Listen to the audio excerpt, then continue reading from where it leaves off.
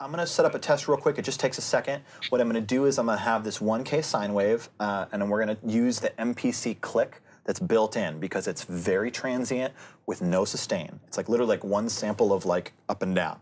What we're going to do is I'm going to take the volume of the click and the sine wave, and I'm going to make them set to resemble the drum transients and musicality between this just two instruments. Okay, so let's do that real quick.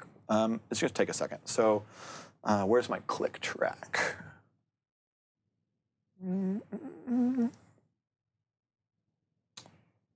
Okay. Let's mute everybody. Everybody's muted except this guy, so I should be able to hear it. I'm not hearing a click track. Okay, let's make a click track real quick. So I'm going to bring up an aux track, and I'm going to put click on it. Where is it? It's under instruments. There we go. MPC click, because I'm an MPC guy. Let's solo that. Not happening. I turned it off. There we have it. Okay, there's our click. So I'm going to bring the volume down on this, and then I'm going to bring up the sine wave, and I'm going to blend them to roughly resemble, you know, a music. But again, it's a simple stuff that we can understand. So, okay, so for some reason that click is not. Oh, because there's probably two clicks now. Let's make sure we've. There we go. There's our original click that wasn't hearing before. Where are we? Click track. Track. Okay, there we go. Turn him off.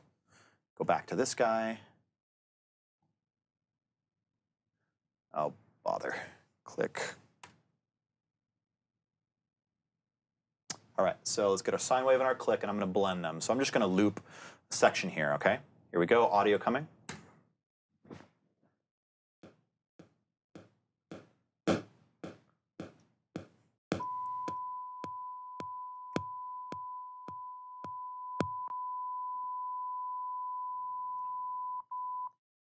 Okay, so that's a decent blend, and of course in your studio you're going to work a little harder to make sure the blend is perfect. So let's take this Bomb Factory 76, turn it off, and now I'm going to put one over here on the master bus, okay? So I've already got some other plugins, no big deal. There's our 1176.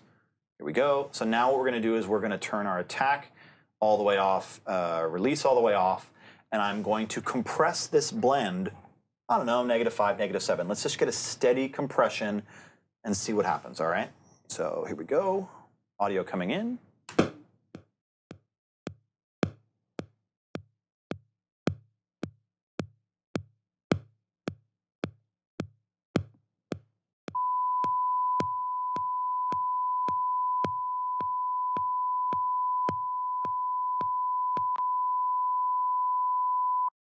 Okay, so even just there, the sine wave matches the needle.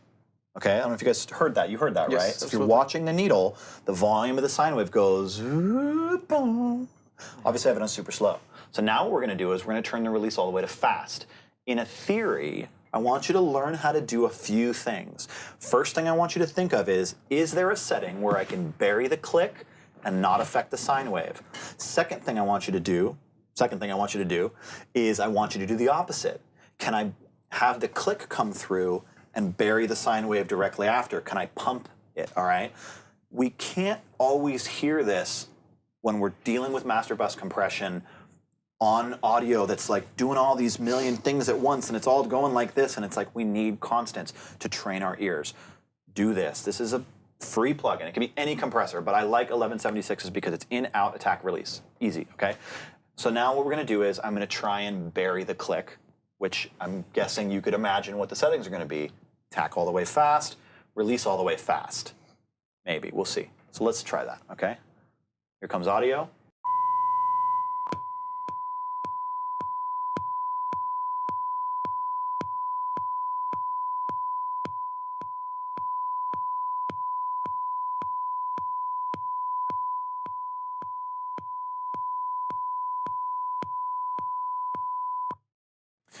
Okay, so even at this fast, max fast, there's a tiny little pocket of gain reduction that's happening after the click comes through. The only way to effectively bury this click would be to go faster than whatever, I believe it's what, 30 milliseconds or something as a max of fast on one of those guys. So we would then turn to a brick wall limiter. So let's see if the ratio affects this at all. So I'm going to jump to 20 to 1. Okay, here comes audio.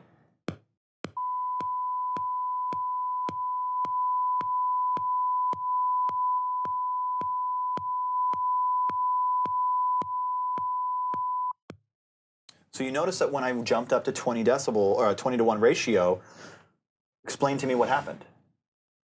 Well, the needs you're reducing way more dBs per dB coming in. So what about our tone? What does that mean? So it's you're getting higher frequencies, right? You get more compression. That sine wave is more of a square wave. So in this scenario, you can see that burying the stuff, actually it's still about tone. Even when I'm adding compression characteristic, the tone is still changing with a non-analog emulated compressor. So I guarantee you, if I switched over to here, it's just adding more stuff. You see this guy going? He's not gonna, it's not really that different.